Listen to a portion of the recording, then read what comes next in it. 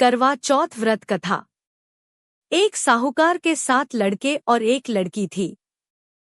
एक बार कार्तिक मास की कृष्ण पक्ष की चतुर्थी तिथि को सेठानी सहित उसकी 7 बहुएं और उसकी बेटी ने भी करवा चौथ का व्रत रखा।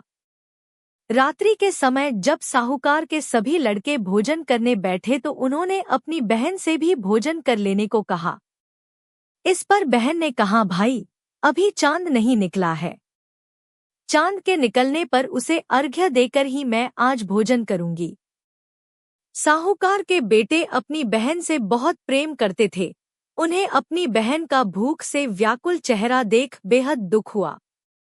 साहूकार के बेटे नगर के बाहर चले गए और वहां एक पेड़ पर चढ़कर अग्नि जला दी। घर वापस आकर उन्होंने अपनी बहन से कहा, देखो बहन, चांद निकल आया है। अब तुम उन्हें अर्घ्य देकर भोजन ग्रहण करो। साहूकार की बेटी ने अपनी भाभियों से कहा, देखो चांद निकल आया है, तुम लोग भी अर्घ्य देकर भोजन कर लो। ननद की बात सुनकर भाभियों ने कहा, बहन अभी चांद नहीं निकला है। तुम्हारे भाई धोखे से अग्नि जलाकर उसके प्रकाश को चांद के रूप में तुम्हें दिखा रहे हैं। साहूकार की बेटी अपनी भाभियों की बात को अनसुनी करते हुए भाइयों द्वारा दिखाए गए चांद को अर्घ्य देकर भोजन कर लिया। इस प्रकार करवा चौथ का व्रत भंग करने के कारण विघ्नहर्ता भगवान श्री गणेश साहूकार की लड़की पर अप्रसन्न हो गए। गणेश जी की अप्रसन्नता के कारण उस लड़की का पति बीमार पड़ गया और घर में बचा हुआ सारा धन उसकी बीमारी में लग गया।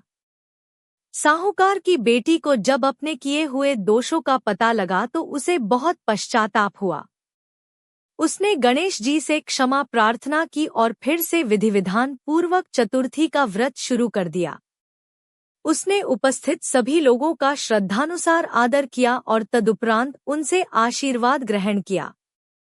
इस प्रकार उस लड़की के श्रद्धा भक्ति को देखकर एकदंत भगवान गणेश जी उस पर प्रसन्न हो गए और उसके पति को जीवनदान प्रदान किया।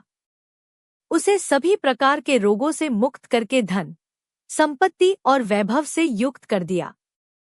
कहते हैं, इस प्रकार यदि कोई मनुष्य छलकपट, अहंकार, लोभ, लालच को त्याग कर श्रद्धा और भक्तिभाव पूर्वक चतुर्थी का व्रत को पूर्ण करता है तो वह जीवन में सभी प्रकार के दुखों और क्लेशों से मुक्त होता है और सुखमय जीवन व्यतीत करता है।